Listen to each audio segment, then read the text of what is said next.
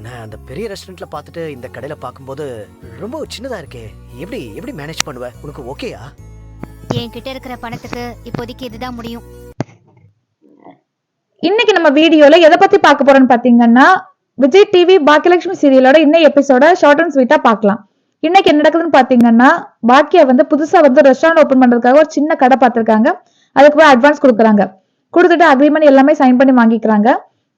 அதுக்கப்புறமா ஹோட்டலுக்கு என்னென்ன திங்ஸ் எல்லாம் வாங்கணும்னு சொல்லிட்டு செல்வியும் அவங்களும் பிளான் பண்ணிட்டு இருக்காங்க. அது முடிச்சதுக்கு அப்புறம் பாத்தீங்கன்னா, வீட்டுல கோபியும் அவங்க அம்மாவும் பேசிட்டு இருக்காங்க. பாக்கியா கிட்ட டோக்கன் அட்வான்ஸ் வாங்கிட்டு வந்துன்னு சொல்லிருக்கேன், அதுக்காக தான் காலையில கிளம்பி போயிருக்கா அப்படின்னு சொல்லிட்டு இந்த டைம்ல பாக்கியா வராங்க. கேக்குறாங்க, டோக்கன் அட்வான்ஸ் வாங்கிட்டியா அப்படின்னு. நான் இதுக்காக வாங்கணும், நான் கடை நடத்தாம இருந்ததானே வாங்கணும் அப்படின்னு சொல்லிட்டு பேசுறாங்க. அப்ப நான் சொல்றத கேட்கவே மாட்டேன் அப்படின்னு சொல்றாங்க. உடனே நான் இந்த விஷயத்துல யாரும் தலையிட வேண்டாம் அப்படின்னு சொல்றாங்க. உடனே ஜெனி எல்லாரும் வாங்கன்னு சொல்லி செலியன் எழில் எல்லாம் வாங்கன்னு சொல்லிட்டு கூப்பிடுறாங்க ஈஸ்வரியம்மா. நம்ம சொல்றது எதுவுமே கேட்க மாட்டானா பாக்கியா, அவ தலையில அவளே மண்ணள்ளி போட்டுக்கிறா அப்படின்னு சொல்லிட்டு, வேற நானும் சேர்ந்து கொஞ்சம் அள்ளி போவா அப்படின்னு சொல்லிட்டு ஈஸ்வரி கேக்குறாங்க.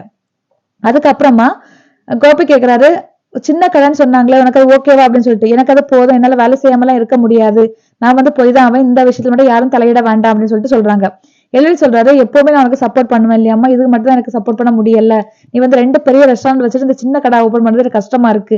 நான் காசு தரேன், நீ பெருசா ஓபன் பண்ணிக்கலாம், நம்ம கொஞ்சம் டைம் எடுத்துக்கோ, கொஞ்சம் பிரேக் எடுத்துக்க அப்படின்னு சொல்லி எழில் சொல்றாரு. செலின்னு சொல்றாரு, உனக்கு வரக்கூடிய லாபத்தோட அதிகமா நான் காசு தரேன், நீ வீட்டுல உட்காரு அப்படின்னு சொல்லிட்டு செலியன் எழில் எல்லாருமே மாத்தி மாத்தி சொல்றாங்க. இந்த டைம்ல ஈஸ்வரி சொல்றாங்க, இனியாவை எவ்வளவு இடத்துல பெரிய இடத்துல கல்யாணம் பண்ணி கொடுத்துருக்கோம், அவங்க மாமனார் என்ன நினைப்பாரு, சம்பந்தத்தை இட்லி கடை வச்சிருக்காங்கன்னு சொல்லிட்டு வருத்தப்பட மாட்டாங்களா அப்படின்ட்டு. உடனே செலியன் சொல்றாரு, ஜெனியோட அப்பா அம்மா என்ன நினைப்பாங்க அப்படின்னு சொல்லிட்டு. யாரு என்ன நினைச்சா கவலை கிடையாது, நான் திருட போறேனா அப்படின்னு சொல்லிட்டு, நான் சொந்தமா தான் வேலை செஞ்சு முன்னேற பாக்குறேன் அப்படின்னு சொல்லிட்டு பாக்கியா சொல்லிட்டு கிளம்பி போறாங்க. அதுக்கப்புறம் பாத்தீங்கன்னா, அந்த கடைக்கு ஒயிட் வாஷ் பண்றதுக்காக ஒருத்தர் கூப்பிட்டு பட்ஜெட் போட சொல்றாங்க. அதுக்கு 30,000 போட்டு கொடுக்குறாரு. இது ரொம்ப அதிகமா இருக்கு, உங்க கூட நான் லேபருக்காக நான் வேலை செய்யறேன், கொஞ்சம் கம்மி பண்ணி கொடுங்க, திங்ஸ் எல்லாமே நான் வாங்கி கொடுக்குறேன்னு சொல்லிட்டு இது பண்றாங்க. உடனே எங்கம்மா இவ்வளவு கஞ்சத்தனம் பாக்குறீங்கன்னு கேட்கும்போது, நான் அது தேவைக்கு அதிகமாவே செலவு பண்ணக்கூடிய ஆளு, என்கிட்ட காசு இப்ப இல்ல, என்ன சிச்சுவேஷன் அப்படி இருக்கு, அதனால இந்த மாதிரி பண்றேன் அப்படின்ட்டு இவங்களும் ஒயிட் வாஷ் பண்றாங்க. இதுக்காக சப்போர்ட் பண்ணி கொடுக்குறாங்க இவங்களும் செல்வியும். இந்த டைம்ல கோபி அந்த வழியா போறவரு இவங்க ஒயிட் வாஷ் பண்றதை பார்த்துட்டு வருத்தப்பட்டு போறாரு.